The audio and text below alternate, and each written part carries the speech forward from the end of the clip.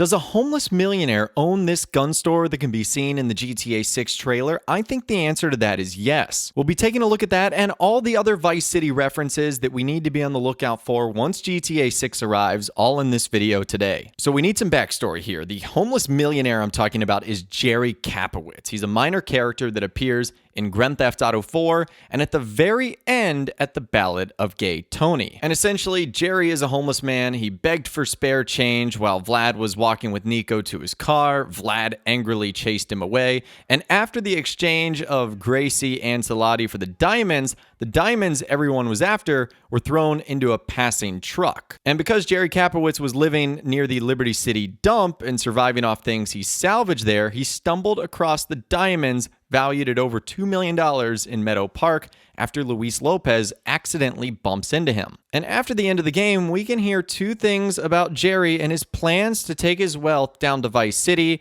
where he says he wants to start a gun shop and a liquor store. Take a listen to this Weasel News report talking about Jerry. Weasel News. Dumpster diving can make you a millionaire. You'd never believe what people throw out in the trash. That's what homeless Vietnam veteran Jerry Kapowitz thought when he found a pouch of diamonds in the city dump. Initial appraisals estimate the pouch of diamonds to be worth about $2 million. Mr. Kapowitz won't be homeless for much longer. He plans to use his new wealth to open a gun shop and liquor store in Vice City. And afterwards, you can read an article on the internet. Bum hits the jackpot, finds diamonds sleeping rough. A homeless Vietnam veteran, Jerry Kapowitz, has stumbled upon a haul of diamonds valued at over $2 million. They were in a small pouch amongst the rubble and trash at the Liberty City dump. Before this, the best thing I'd found was a TV, and that didn't even work, he told reporters. Mr. Kapowitz plans to take his newfound wealth down to Vice City, where he will start a gun shop and a liquor store, saying they're real men down there and they need real guns and liquor in one convenient location. And in the Grand Theft Auto 6 trailer, I think we might actually see Jerry Kapowitz's gun store. Now, there's no liquor store from what it looks like is attached to this, so maybe Rockstar had to change up a thing or two,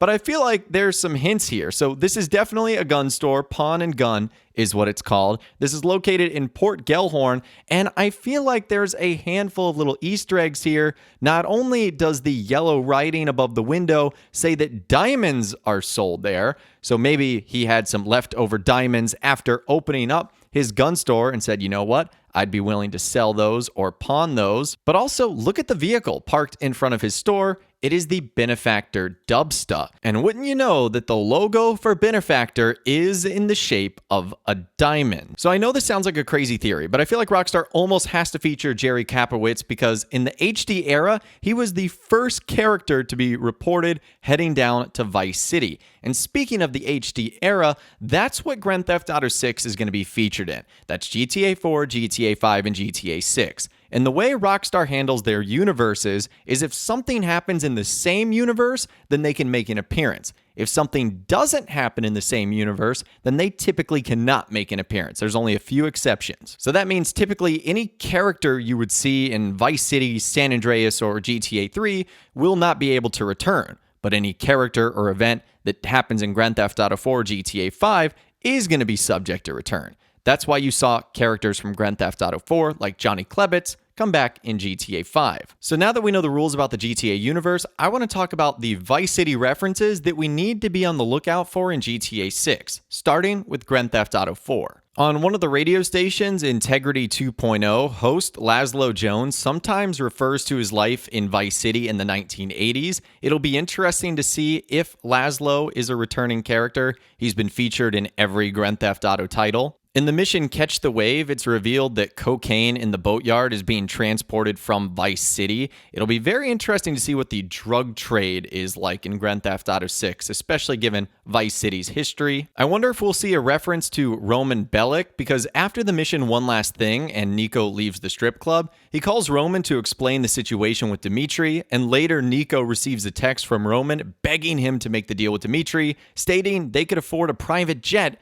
to Vice City with the money. However, it's unlikely that Roman Bellic would move there because when Romic befriends Roman enough to unlock his car serviceability, Nico will receive a text from Roman telling him that he's tired of all his cabs being sent to the airport to pick up old people from Vice City. Now, one person we need to be on the lookout for is Sammy Bottino, a former underboss of the Gambetti crime family who is wanted for murder in Vice City. We've been talking recently about how Tom Petty and his song Love is a Long Road has absolutely exploded by being featured in the game. Well, Liberty Rock radio DJ Iggy Pop actually talks about moving to Vice City, stating how clean it is compared to Liberty City, so I wonder if he will be one of the DJs in Vice City. It also wouldn't be surprising if we saw this show appear in-game, The Science of Crime Vice City. This is a parody and a spin-off and an obvious reference to CSI Miami. It also wouldn't be shocking if we saw this guy, Hosen Ramsey, in an email to Nico, says that he jumped ship in Florida, which is now, of course, called Leonida. We also might need to be on the lookout for something called the Vice Squad, as Vice Squad graffiti can be found all around Liberty City. And considering how much Rockstar is already making fun of real-life Florida people, this is one person they could make fun of.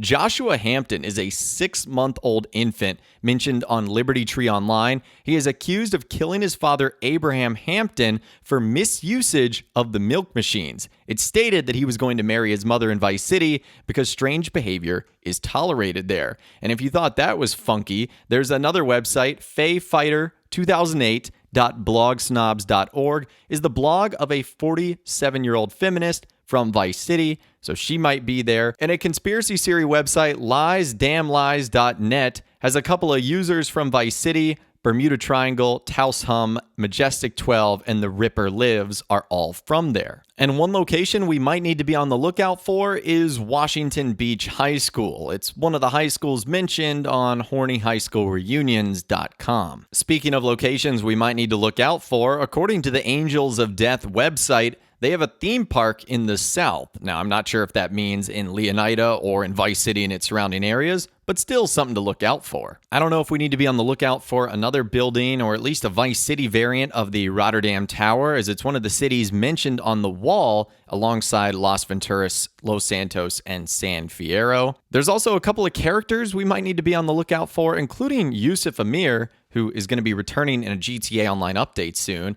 You might recall that he said he had to fly to Vice City for 2 weeks just to recover from test driving sexy cars, as well as Luis Lopez and Tony Prince, because during a nightclub management mission, Al DiNapoli asked Luis if he and Tony have plans to expand their nightclub business to Vice City. And in the same mission, Luis asks Al DiNapoli if he lives there, and he confirms this and then mentions that he went there for tax reasons and his own sanity. Now, one group we might need to look out for in GTA 6 is the Vice City Hikers. They actually gave out an Excellence Award to Chumash and Arthur's Pass Trails in southern San Andreas. There's also probably going to be a newspaper called the Vice City Sentinel. One of the reviews on the Intimacy book trilogy website, chainsofintimacy.com, their review was, "Every woman secretly wants this. That's why they read these books." And we also might need to be on the lookout for something called zombie weed. This is actually mentioned by iFruit radio host Danny Brown, and that it's popular in Vice City. So those are all the things I think we need to be on the lookout for that have been mentioned in the HD era, which means they have the ability to return in GTA 6.